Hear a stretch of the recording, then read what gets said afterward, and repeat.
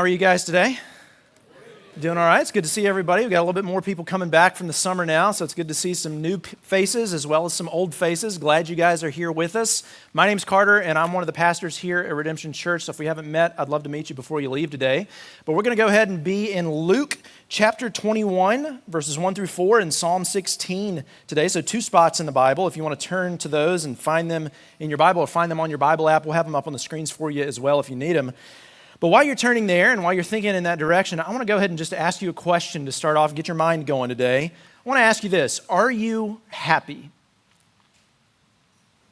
Like, are you not just are you having a good day, although that's not an unimportant question, but are you a happy person? Is your life filled with happiness? Do you experience joy in your life? Are you satisfied with the things that you have in your life? Do you feel secure and safe in your life right now? Are you happy? If we could put it that way, that simply. Are you happy? See, these are obviously all things that everybody wants: happiness, joy, satisfaction, security. So there are people in our culture who try to help us find out what these look like in our lives all the time, right? We read books. Books try to do that. There's all kinds of people out there. There's songs about being happy. There's movies that try to teach us what it looks like to be happy. I actually love reading articles about this frequently because I want to see what people have to offer, if they have any good advice on living a happier life. So I read an article in Inc.com this past week that had an article titled, "Researchers Describe the Secret to Overcoming Disappointment and Enjoying a Greater Sense of Satisfaction, Fulfillment, and Happiness." That's the title of the article. So just read that right off for you there. But the author's big point is that nothing in life is quite as important as you think it is while you're thinking about it. So that's what, in other words, don't worry, be happy. Okay, that's what he's saying. So he's arguing for a mindset change. And listen, I don't want to discount that. You do have to have a certain mindset if you're going to be happy. That's important. So I don't want to downplay that 100%. But then I read a New York Times article titled, "How to Strengthen Your Happiness Muscle." And the author there says psychologists call it reward sensitivity. It's simple steps can help you boost your drive to seek out positive emotions and enjoy life. So she gives practical things that you need to do to be happier, like savoring positive moments, expanding your joy vocabulary, using different descriptors that are more joy-filled, sharing happy moments with other people so that you're including others in those moments, finding the silver linings in those hard circumstances that you face. So she's arguing for behavior change, discipline, self-discipline. And I don't want to discount that either. You do need to do some things in order to be happy. You got to have mindset change. You got to have some behavior change. That does lead to some happier, better outcomes. But if there's the only things that we're trying to do in our life to make ourselves happy, then all we're really doing is putting a Band-Aid on a bullet wound. You guys see the illustration there, right? Like you can cover it up for a little while, but there's still some serious things going on underneath that need to be fixed that a Band-Aid just ain't gonna help, right? So if you have a mindset change, if you have, behavior change, it's gonna help for a little while, but if you're not dealing with the stuff that's really underneath on the inside, our happiness can't be contrived by those things. It's gotta be something deeper. It's gotta start in our innermost being, what we might call the soul in Christianity, in the Bible. It's got to start deep in our soul, then work its way out into how we think and how we act. So today what we're going to see is how the Bible shows us that very clearly in both of these texts. They're going to give us the secret to finding joy in our innermost being, joy that lasts, no matter what circumstances we have, no matter what our life looks like at the time. So here's our main point. If you're taking notes, you want to write this down. This is the secret to joy. When you follow Jesus, you will find joy. That's the secret. You're like, yeah, if you're a skeptic here, you're like, oh, okay, here we go, down the Christian path. Yeah, you're in church, so yeah, just letting you know that. Yes, that is what Christians believe. And we've believed this for thousands of years. The Bible teaches us that joy is something that we're made for. The Bible teaches us that we all have this innate desire for joy and security and satisfaction and happiness, and that's not a bad thing at all. We're made for that. God made us for that. But the problem is we almost always think joy is something that we can achieve on our own, that we can find through our own experiences or through people or through circumstances, something else. And the Bible says the only way to find true and lasting joy is to follow Jesus. It's not through any of those other things. They're just a means to the end of joy, And joy is actually knowing and being known by God. Now, if you're taking notes in your booklet today, you'll notice, if you're a good student and you like to take notes, you'll notice that I actually changed the title for today. I reserve the right to do that. I planned that booklet out months in advance. And so as I studied through the text, I really realized that joy is really the central point here. So finding joy, doing whatever it takes to find joy. You just mark out what's there and write that on the top, because I really believe that's what God is having for us today, if you'll hear him. I hope you've been following along in the series, though. If you've missed some weeks or you haven't been here, I would highly, highly encourage you to go back and listen to all the sermons in this series. They all work together, and this is part of discipleship. Just in case you need to understand a little bit of philosophy behind it, when I preach to you guys, I'm teaching you how to think like a Christian, and I'm teaching you how to read the Bible. And so I don't want you to miss things, because it's discipleship all the way through. So everything I do is with a purpose, especially when it's in a series, and this is a very serious an important moment for our church. And so I want you guys following along with us, because today is our Commitment Sunday. This is for our giving initiative. It's not the culmination of our giving initiative, by the way. It's just the beginning. This is the first step in the giving. Now, over the next 4 months, we have to actually give. Now, if you're new here, just so you know, we're actually moving to a new location within a month, I hope. I hope I'm not speaking out of turn there. Before October is my prayer. And it's just right. I point over this way because it's right over there. If you didn't realize that, there's a building just adjacent to us that we're moving into. And we need to raise about $181,000 above our normal monthly income by the end of the year so that we can do that. So we need to raise $181,000 by the end of this year. That's what we're looking at. And that's going to give our church an opportunity to, minister to people better, to make a bigger impact in Roanoke. It's going to be a more pleasant experience, especially for our kids, all of those things. And so we're giving you all, as our church, an opportunity to commit to participating in this initiative with us today. So if you're new, don't feel obligated. This is church talk. This is family talk today a little bit. But I do think that the question of joy is at the bottom of all of this. And so I think you'll find it very relevant to your life today, no matter who you are and how you came in here. Even if you're new and you're not going to commit to this with us, which again, I don't want you to feel obligated at all, but I think you're going to see that finding Jesus, or following Jesus, rather, following him, is how you're going to find joy. So I hope you'll see that through the text. Let's go ahead and get into it from Luke chapter 21 today to see how it sets us up here to understand this. We'll see what Jesus wants to teach us through this circumstance. Luke chapter 21, verse 1 says this: He, Jesus, looked up and saw the rich dropping their offerings into the temple treasury. He also saw a poor widow dropping 2 tiny coins. Truly, I tell you, he said, this poor widow has put in more than all of them. For all these people have put in gifts out of their surplus, but she, out of her poverty, has put in all she had to live on. All right, that's the story. Now, you can see that contextually, this is just the natural progression of what we've studied over the last few weeks, okay? Jesus was on his way to Jerusalem, the very end, before his crucifixion and all of that. And so he's been walking with his disciples, moving from town to town. And so he encountered a rich young ruler on the way to Jerusalem, and we talked about that. He was very religious and very rich, and he walked away from Jesus, what? Sad. Because he had many possessions that he didn't want to give up. But then Jesus encountered Zacchaeus. That's who we talked about the first week. Zacchaeus was in Jericho, which is not far from Jerusalem. But he encountered Jesus, and that changed everything for him. Though he was a tax collector, wealthy, he gave it all away to follow Jesus. And then last week we heard a parable of the 10 servants who were instructed to invest all that they had for the kingdom so that they could get an eternal return for their king. And now Jesus has entered into Jerusalem, and he's turned over the money-changing tables in the temple, if you recall that story at the end of Luke there. And he's warned his followers repeatedly of the religious nature of the Jewish leaders of the time and how that's not good, the religiosity. Don't be like them. And he says it over and over and over again. And he's getting very close to being arrested here and tortured and put up on the cross. And then this happens. Before all of that comes to pass, before he's in the garden, sweating droplets of blood and praying, and before he goes to the cross, they're in the temple one day, as they were, and he sees this happen, this poor widow. He observes that she gives everything that she has back to God, everything she had to live on, things that to pay her bills, in other words. She gave it all back to God and dropped it in the temple offering. Now, this is a fairly short story, so I don't want to belabor it, but it does beg the question for us as we begin to apply it to our lives. Should we give away more than we can spare? That's really the biggest question that I have coming out of it. I don't know about you, but that's what if we're trying to apply it to our lives, she gave away more than she could spare. Are we to give that way? Because she did. Jesus points it out.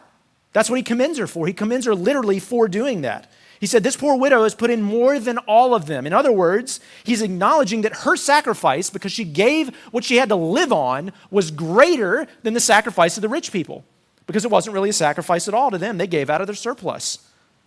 One commentator I read said this: others gave what they could spare. The widow spares nothing.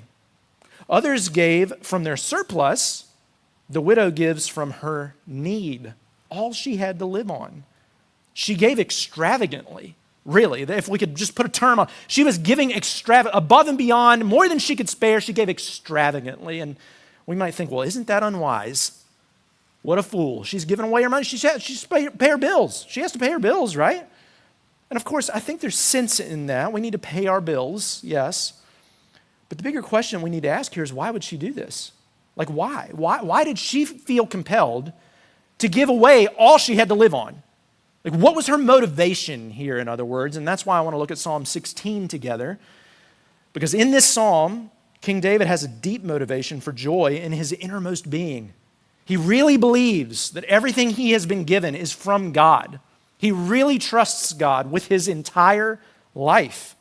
And I believe that that's the only thing that can motivate somebody like this poor widow to give out of her poverty, because she really believed in her innermost being, in her heart, that everything that she had, including her money, the meager amount that she might have had, was from God, including the things that she needs to pay her bills toward. If she believes it's all from God, then she knows God can provide for all of her needs, in other words. And I really think that Psalm 16, David exhibits that in his own life. So let's read Psalm 16 together, and then we'll come back to the question, do we give more than we can spare? Should we give more than we can spare? Let's come back to that question later, but let's read Psalm 16 first with that question in the back of our minds. This is Psalm 16, verse 1. This is what it says. King David writing this: "Protect me, God, for I take refuge in you. I said to the Lord, you are my Lord. I have nothing good besides you. As for the holy people who are in the land, they are the noble ones. All my delight is in them." Now let's stop here for a minute before we go on, because David is asking God for protection. He's looking to God for safety in his life and security. And he's declaring that there's nothing good besides God himself. Now, we all know we should feel that way as Christians, right? That's what we come to church to declare. We're supposed to feel that way about God. He's the best thing in our life. He's the most important. We prioritize him alone. But then David says something that I think seems contradictory here. He says all his delight is in God's people. So, declaring that God's the best, he's the thing, he's the important, he's the priority, but then he says, but I delight in your people. So what does he mean here? Is that contradictory? What's he getting at? How can he say that? Well, I feel like as Christians, we might question whether or not we can actually take joy or delight in the good gifts that God gives us. You know, a lot of times we think that we shouldn't. We grow up in maybe a hyper-religious context that says having fun and being happy is not okay. And when you're having fun or being happy, something's wrong, you know? That's how you know you're in sin somehow, right? Does anybody grow up, don't raise your hand. Anybody grow up in that context? It's frowned upon. With skepticism, it's that your happiness is looked at like you can't dance, you can't listen to certain music, shouldn't drive certain things or wear certain things, whatever it might be. You might wonder, well, can I delight in my house? Can I delight in my car? Can I delight in my family and friends or my job or whatever it is that's good in my life that I love? Is there something wrong with me being happy about those things? And listen, the Bible teaches us that happiness and joy is something God wants for us. Let me just put it directly. God gives you blessings to give you joy. Now, that's not the only thing he gives you to give you joy, so let me say that very clearly. That's not where all of your joy comes from, but he does give you good things, does he not? He's a good father.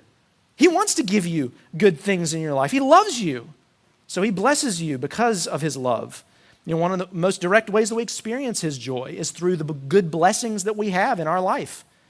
See, in this psalm, David's recognizing that his relationships with God's people that he sees as a blessing, that is good, and it's from God. And he's delighting in it because it's from God. See, the key, though, is to thank God and to see that it's from God. In other words, he realizes that it's from God, so his delight is ultimately in God himself, because God's the one giving the gift. So he thanks him for the good gift, he loves the gift, and yet he loves God more. He loves the giver more than the gift. Now, I mean, you just think about it. It would be like me getting a gift from my wife, and instead of hugging her and thanking her and appreciating her for the gift, I just push her out of the way and say, now it's mine, right? You've given me the gift, and this is the thing that I wanted all along, right? Of course, we would never do that. I love the gifts that she gives me because they're from her. The gifts are just representative of our love for one another. She's loving me, and she's showing me her love through her gift, and that's what God is doing with us. He loves us. He gives us good gifts. You can't just shove him off and say, well, let me just take your blessings, That's not what this is about. That's not what David's saying here. He's saying he loves the gift because he knows the giver. You've probably heard the old preacher that you've heard in your life say it like this: don't take a good thing and make it a God thing, You might ask yourself then, do I have any blessings from God competing with him for my delight? That's hard.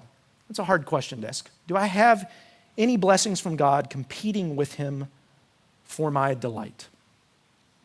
You have to figure that out for yourself in your own life. I mean, there's always something good that we can take to God-type levels, isn't there? Family, friends, career, all these things, possessions, whatever it might be. But I do want to point out the obvious here too. David is explicitly saying that this is God's people and that he sees them as his blessing. Now, we've talked about it, kind of in general, but he explicitly says God's people are a blessing from God to him. He delights in the people. Now, I think that's something that we need to just camp on for just a second, because we struggle with this in our individualistic society, don't we? Can you honestly say that you see God's people as a blessing? I'm sure for many of you, it might be justified when you look in at the church and go, I don't feel good about that. The church has hurt me too much. People in the church, somebody who is a Christian hurt you. Somebody who claims Christ abused you, or somebody you love. Maybe they betrayed you. You don't feel like you can trust church people, and I get that. It's like that in any organization, though, and I do want to say that. If you're just thinking rationally about it, anytime you group any amount of people together, you're going to get hurt. Somebody's going to get hurt. I don't want to denigrate the hurt that you've had. I don't want to do that at all.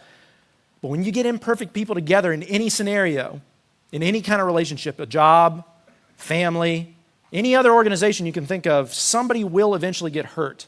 Now, it doesn't make it right or good. It's just a fact. It just is what it is. So what I want to do is call our church to understand and lean into these relationships that we have with other believers and God's people so that we can get real with one another and we can be authentic with one another and we can push through the hurt. Yeah, we might hurt each other, but my wife and I hurt each other and we're still married, okay? Let's learn to push in and lean in to the hurt and forgive and love and eventually delight in one another. That's not easy, but that's part of what David's saying here. You can write this down. We feel God's delight and experience his presence through his people. That's why we need to lean in. We can experience his blessings and his joy and his satisfaction. We can experience that through his people. That's what David's saying here. Just imagine loving the church so much. There's nowhere else you'd rather be on a Sunday. You wouldn't miss community group or DNA group for anything. You love being with God's people. Why? Because you experience the God of the universe through them. That's why. You love God and experience him. So you want to be around God's people all the time as much as you can. Knowing God's the ultimate goal here, but you get to know him through his church. Let me ask you this. Do you see the church as God's blessing in your life? Do you? Because it is. That's what David's saying here. I know for me, I feel that way just about every time I go to community group. I just like anybody else in this, I have long days, I have hard weeks, and I go, man, I don't really feel like going around other people this week. Jeez Louise, It's been a hard day. We had bad things, whatever it is. I don't know. I'm tired. I don't feel good. Whatever. I'm an introvert, okay? So I know. And I'm like, man, I don't want to go to group. And then every time I go to group, how do you think I feel? I feel good, right? I'm like, God, thank you for your people. Every time I leave, I'm like, thank you, God. That was really good. I thought it was going to be terrible, but it was always good. And it's because I experienced God through it. Thank you. It's just somebody else knows. I didn't hear any amens on that, but I appreciate the acknowledgement. It's not just me, right? Because see, I experienced God through you. You're his people. I need you. You need each other. So I really hope you signed up for a community group. Shameless plug, right, for the regroup that's going on. You got to get into a community group. You're only getting half the experience here of our church. If you're only here on Sunday mornings, you got to get into a group and get around others. And guess what? You got to be prepared in your heart. Yeah, it's going to be tough. I know. I promise you.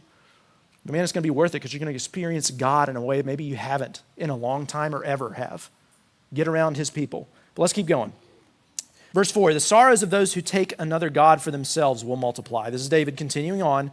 I will not pour out their drink offerings of blood. I will not speak their names with my lips. In other words, David's saying, letting anything else take the place of God in your life leads to sorrows that multiply. So you can write it like that. Worshiping anything but God leads to sorrows that multiply.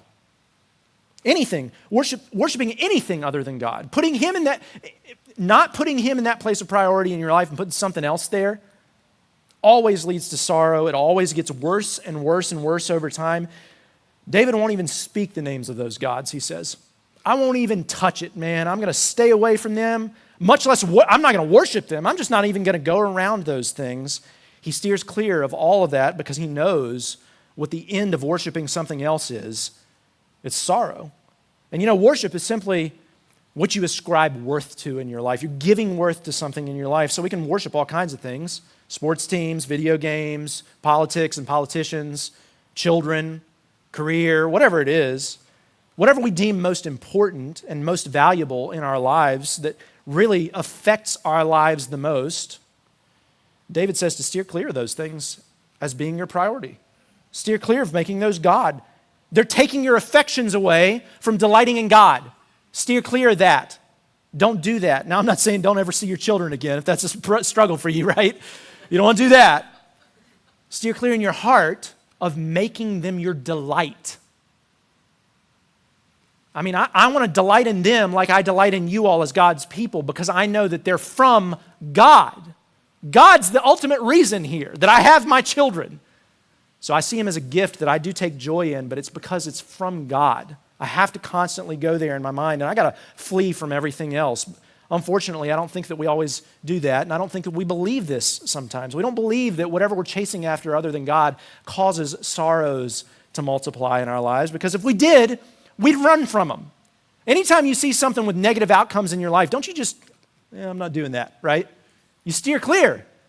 When we really believe something, we will flee. Listen, I heard a story that I thought was really good I'd share with you. One of my friends was in seminary class one time several years back, and he said that they were in the classroom and everybody was in there getting ready to get started in the class.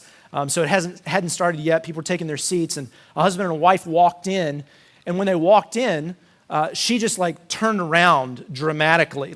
Everybody could see it. She's just oh no, and then she turned back out and went out of the class. And her husband went out after her, and they were out there for less than a minute, and he came back in, and he told the professor, he said, hey man, somebody's got peanuts in here, and my wife is deathly allergic to peanuts. So we need to try to get that out of the classroom if she's going to be able to sit in here. And the professor's like, well, how do you know? He's like, I don't know. I mean, she just knows. He's so he's like, okay, anybody have any peanuts in the class? Anybody? And nobody had peanuts. And he was like, no, seriously, somebody's going to die. Check all your food. Do you have peanuts? And a guy all the way in the back had an unopened bag of peanut M&Ms. That woman had come in, because of her sensitivity, she'd come in and she'd sniffed those peanuts out from 50 feet away in an unopened bag inside of chocolate. She knew somebody had peanuts in there. That's supernatural almost, right? She fled because she knew it would kill her. Immediately, she learned to sniff it out. Just a little hint, right? She didn't want to smell anymore. She turned around and she fled. That's what we've got to do with things that steal our affection from God. We got to get really good at sniffing out these temptations, sniffing out these things that steal our delight. Because we truly know the consequences of our sins that we're struggling with, that they lead to sorrow upon sorrow upon sorrow. And we're going to flee from those things, and that's literally what we've been talking about for the last 3 weeks with money. So let me just put it right on the nose for you. There ain't nothing that can steal our delight more than money. But this is what David continues to talk about here. So let's finish this up in the psalm. I'll read the rest of it. I'll stop talking in the middle, and we'll read the rest of it, and then we'll make a few points, and then we'll respond. But this is what it says. Lord, you're my portion and my cup of blessing. You hold my future. The boundary lines have fallen for me in pleasant places. Indeed, I have a beautiful inheritance. I will bless the Lord who counsels me, even at night when my thoughts trouble me. I always let the Lord guide me because he is at my right hand. I will not be shaken. Therefore, my heart is glad and my whole being rejoices. My body also rests securely. It's a holistic thing for David. Verse 10, for you will not abandon me to Sheol. You will not allow your faithful one to see decay. You reveal the path of life to me. In your presence is abundant joy. At your right hand are eternal pleasures. Man, this is such an encouraging psalm. When you realize in these last few verses, David's giving us a picture of eternity, not only in life now, but eternity to come. And his eternity affects how he's viewing his life now. So he has a deep satisfaction in God alone now because he knows what God's going to continue to give him into the future. Yeah, he loves God's blessings. Yeah, he gets joy from God's people, all these different things, but he knows God. He knows the God who gives the gifts. Knowing God's enough for him, and so I want you to write it down like this. Let God be your source of joy. Let God be your only source of joy. Maybe we could even say there. Let him be your only source of joy. Look at the language David uses in this psalm. It's beautiful. God's the portion and the cup that he desires. That means he's filled with God. He's tasted God. He's satisfied with God. He's satisfied in knowing God because God's all he needs. He has this beautiful inheritance that he knows he's going to get one day. An inheritance is something you'll get in the future that's wealth. It provides you with good things, right? He knows that there's a wealth, an inheritance for him in the future. But this is what it is. He uses financial language to make the bigger spiritual point here, right? His inheritance is what he says here, getting wisdom and counsel from the Lord to know how to live a satisfying life now. Even when he has troubling thoughts and he's worried and he can't sleep at night, no. He remembers God and God guides him so that he can have peace. He's unshakable because he knows God is with him. So in verse 9, therefore, his heart's glad and his whole being rejoices. Even his health is better. His physical health is better because he knows who God is and what God has done for him. His body rests securely. He says that's the inheritance. Those are the eternal riches that we can have from knowing God. Maybe some of you guys are here today and you hear that and you're like unshakable, secure, happy in my circumstances, satisfied. No. How is that even possible? How could David say that? You don't feel that way at all. As a matter of fact, you might even say you feel blown and tossed by the wind. You're shaky. You're unstable. You're unsatisfied. You're insecure. You're restless. And you feel that deeply. Maybe you're constantly worried about the state of our world and, the politics that are coming. It's just ramping up. Maybe you're worried about that and who is going to become the president or whatever you're worried about there. Maybe you're worried about the culture wars that we see Christians pitted against the culture and all these different things coming up. Or maybe you're worried about the physical wars even. They're going on across the world and you don't know what's going to happen. You might be unsatisfied with your marriage, or you might feel insecure about your job or your friends. Maybe you don't have everything that you want in life and you feel broken and shaken. Maybe you feel like you have had everything that you've wanted. Maybe you've achieved everything that you want and you still feel empty and you don't know why. Like you have no purpose in your life. Do you know what causes those feelings? Insecurity, all of that. What causes those feelings? Well, James in the New Testament says that it's our doubt. When we doubt God, doubting God causes us to feel shaken and insecure and uncertain. So when you feel that in your life, when you're feeling that restlessness and you're feeling uncertain and you're just shaky and you're just like, I don't know how you're going to make it through the next day. There's a doubt there that God is your true source of joy. But David is completely unshakable, isn't he? He says he's secure 100%. He's very certain of his future. Why? Well, it's that eternal destination that he believes in with God. He trusts that God hasn't abandoned him to Sheol, he says here. Now, Sheol is the Hebrew term for hell or the underworld or the realm of the dead. In Greek, it's Hades. He knows that God has not abandoned him to die an eternal death. David believed that God would give him an eternal inheritance, something he could bank on. He wouldn't be abandoned to die. He wouldn't see decay. He has a path to abundant life and joy forever. So with his eyes on eternity, he can have confidence in this life now. How can you and I have that same confidence? Well, the answer, of course, is to follow Jesus. When you follow Jesus, you will find joy eternally. David was only able to have an eternal perspective because he had an idea that God was so good and so gracious. He knew he was the source of his joy. He knew that God wouldn't abandon him. He wanted to be with God forever. And he knew God wanted the same thing. And he was confident in God's love in his life. Now, he didn't know how that would come about yet. Right? He didn't know how God would accomplish that in his life.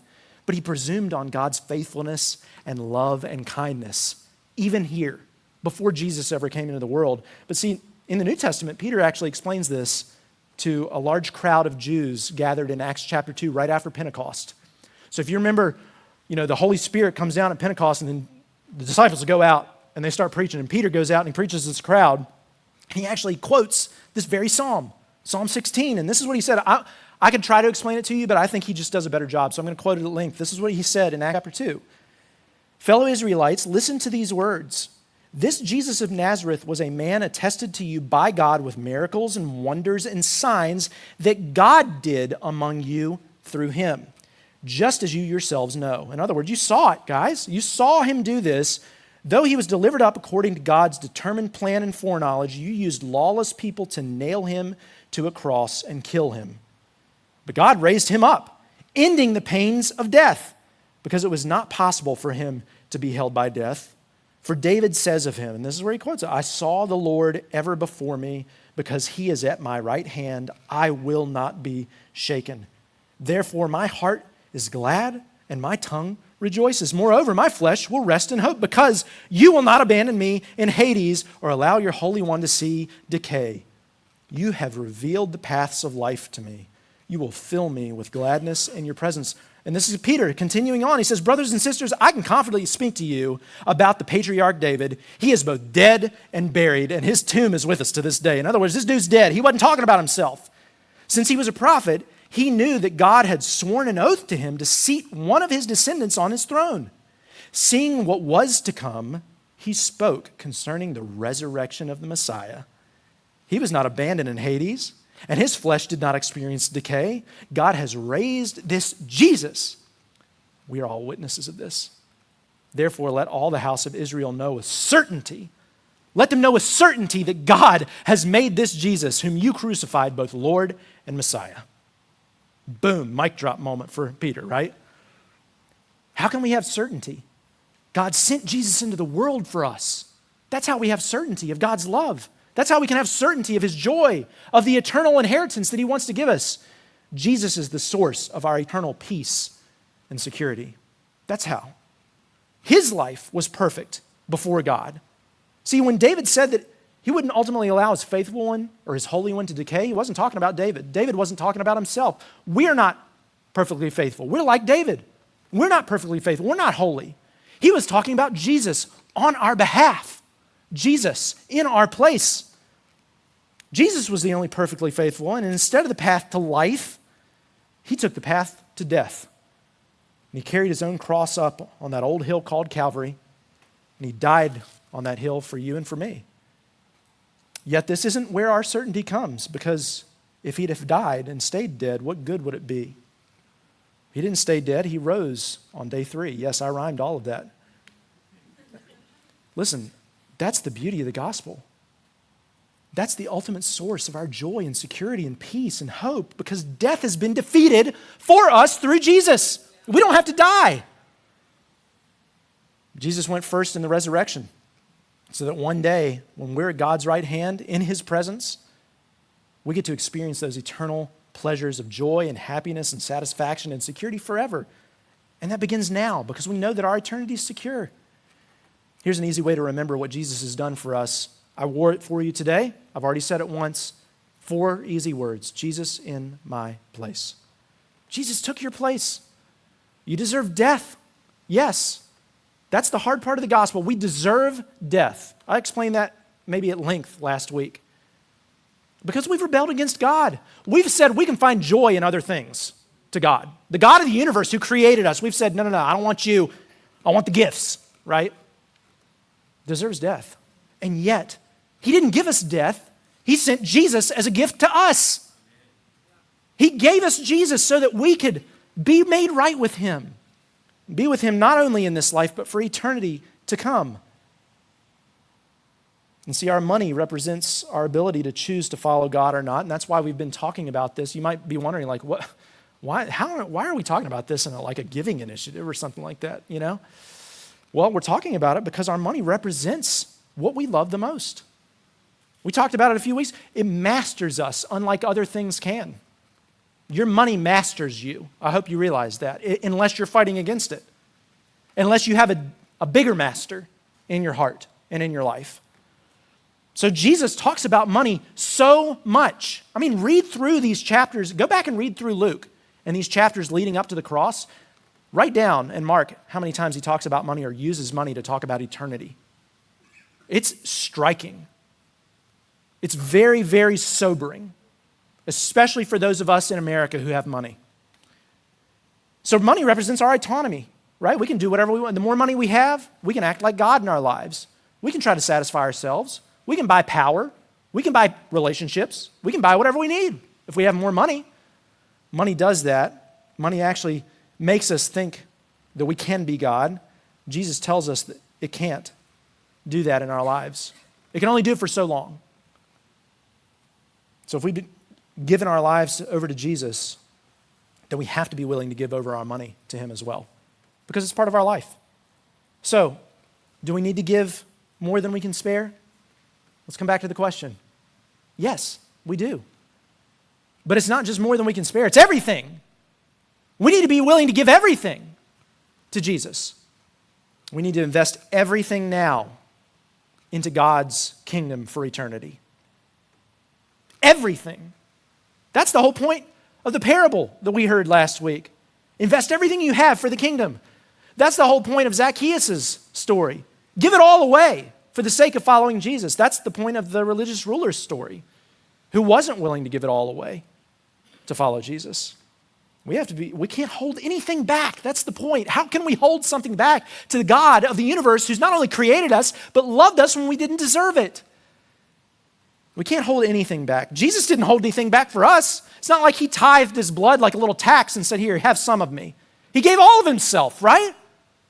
We give everything over to him. He doesn't want a tax from us. He wants everything from you. He wants your entire life, and he deserves it.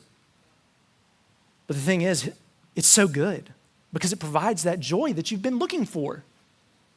The poor widow understood that, don't you think? How could she give more than she could spare? How could she give greater than the wealthy gave, even though their sums might have been vastly greater than hers? It's because she understood that what she was investing, she invested everything. Now, it was going into God's kingdom for eternity. I mean, she was given to the temple. That's interesting in and of itself. She was given to the building fund here, make sure the sacrifices keep happening, make sure the lights stay on or whatever they had at the time. And she gave it all for the sake of the kingdom. She was willing to live sufficiently in order to give extravagantly. And I think for many of us, most of the time, we're the opposite way. Me too. We want to live extravagantly and just give sufficiently. Just give a little bit. You just give what we need to give, get God off our back, make sure we're doing the right thing, check the box. But you might ask yourself, have I been following Jesus and living sufficiently so I can give extravagantly? Or have I been living extravagantly so I can give sufficiently? That really has to be where our hearts are at in this initiative, guys, as a church. Listen, I don't want us to go to that new building thinking that we've somehow arrived or somehow that's the end goal. It's not. Come on. It's a building. Now, we've talked about this. Some tools are better than others. Buildings are just tools, and some are better than others. And that's what I mean, though, is that we do want a better tool, and it costs money to do that. But listen, I'm much more concerned about where your heart's at in this. I truly am. Your heart has to be such that you're willing to give everything to Jesus, not just some money for a building. The way we need to be thinking about this move is that we're making an investment into God's kingdom for eternity. We're making an investment now for God's kingdom into eternity. That's the only reason to give. Now, I'm not saying you shouldn't give. Sometimes giving is a discipline. But I want you thinking about it this way, just like the widow did. You're making an investment now for God's kingdom in eternity. She was given to the temple. We're given to a building here. Let me just give you some examples of what this means for us in this new building, because I think this is what's important for us to recognize. When I say it's a better tool, this is what I mean. We're paying rent here for 1 day a week of use, Sundays. We'll be paying the rent over there in our new building for 7 days a week. The rent here is half of what the rent's going to be over there, so it's double when we move into the new space. But just think about how much more of an impact we can make when we have a space that we can call our own, a space that we can bring people into throughout the week, a space where we can have meetings, have fellowship. That's what I mean when I say it's a better tool.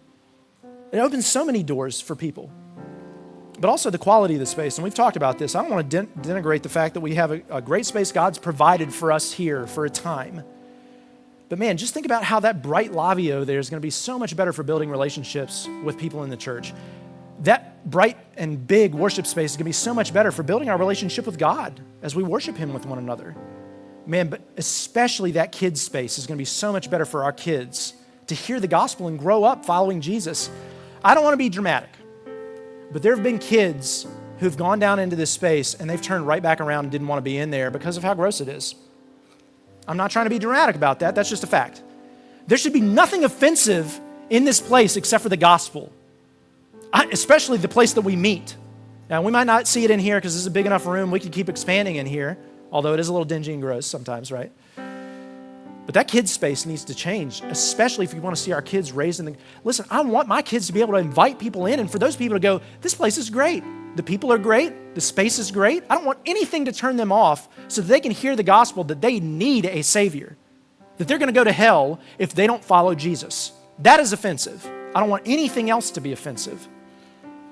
And I wanted to share this with you because we want to see stories written over and over and over again of God moving in supernatural ways.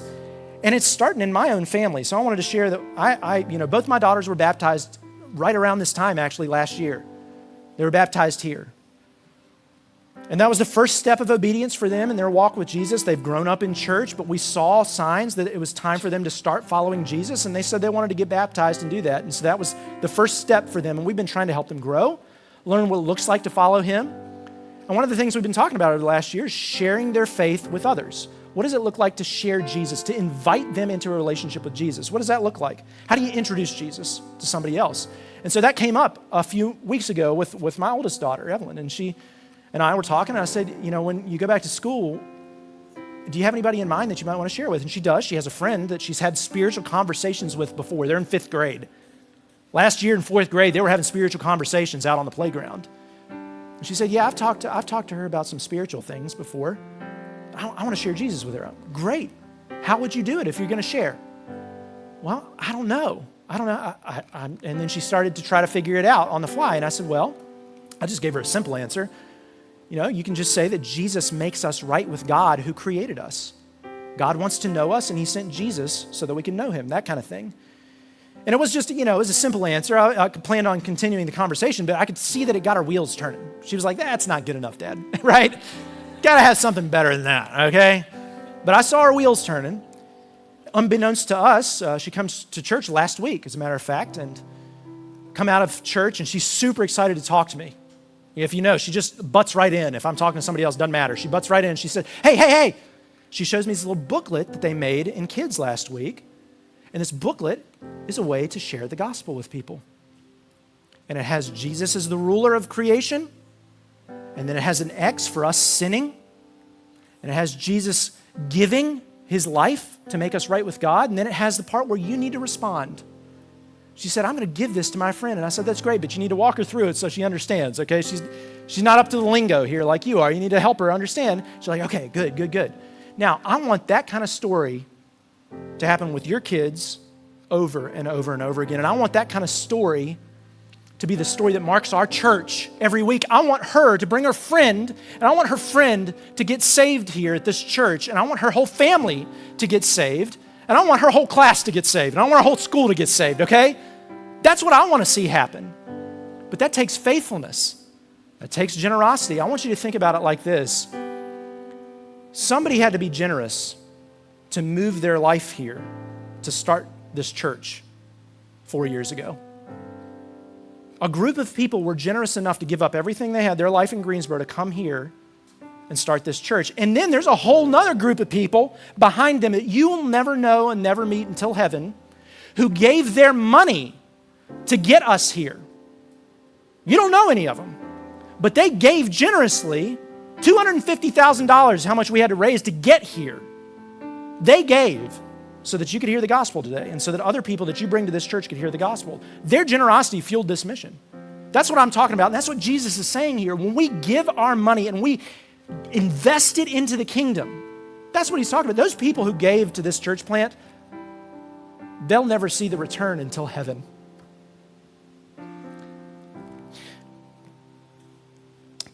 But there are 26 people who've been saved here in this church and baptized, including my own daughters, that in heaven they're going to meet those people who gave their money to be here, for us to be here. And they're going to thank them for investing their finances and their generosity into the mission here with us. If you don't believe that about your money, then you've got an idol, friend. If you're not willing to give your money to God's kingdom, to see this eternal inheritance of people, you got an idol, and you need to see it today. Now, if you're new, this is not for you in some sense, in the sense that we're going to commit together here in a minute, but I do want to call you to consider it. Maybe you want to invest in the mission here with us. I'd call you to pray about it over the next few weeks. This is just the beginning of the initiative. This is not the end, so you don't have to commit today in order to give. We're going to be doing this through the end of the year. It starts now. So we'll be giving through December. Maybe you want to pray and ask God if he would have you participate with us. And if it makes you uncomfortable for me to ask for your money or something like that for this building, then I want you to hear me say, I do mean this. Give somewhere else for the sake of the kingdom.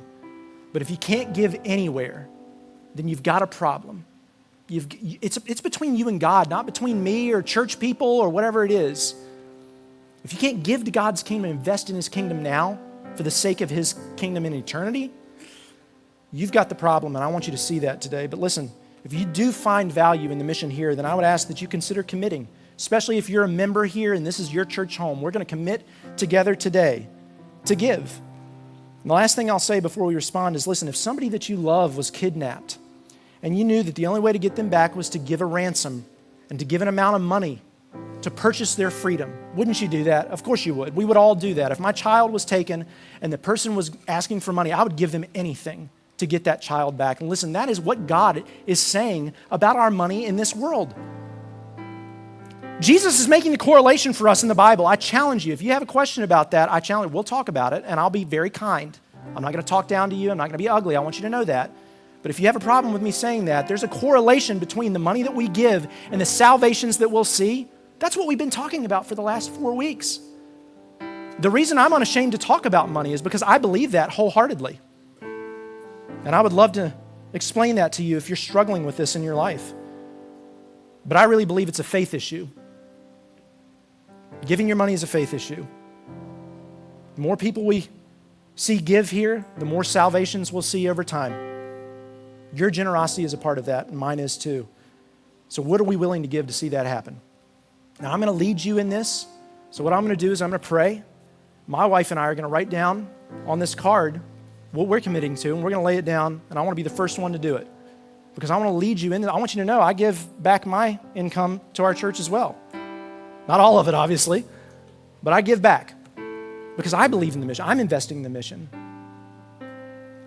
So let's follow Jesus today so that we can find joy. Let me pray. God, I just pray that over the next few minutes, we'll find joy in knowing that God sent you into the world, Jesus, for us so that we could be made right with you.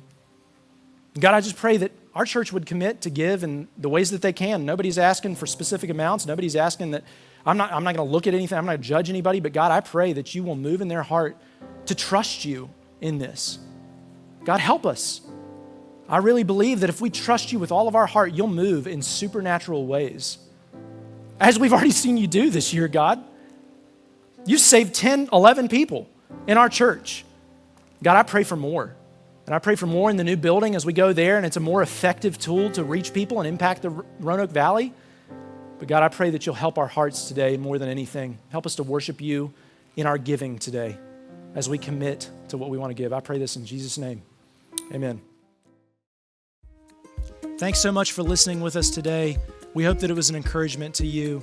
But we don't see this as a replacement for gathering with other believers in a local church context. And so if you don't have a local church, we would encourage you to plug in with one wherever you are. And if you're in Roanoke, Virginia, we'd love to invite you to plug in with us here at Redemption Church. And you're welcome anytime to gather with us. But you can check us out online at our website, redemptionroanoke.com. You can look for other content or resources there. But thanks again for listening.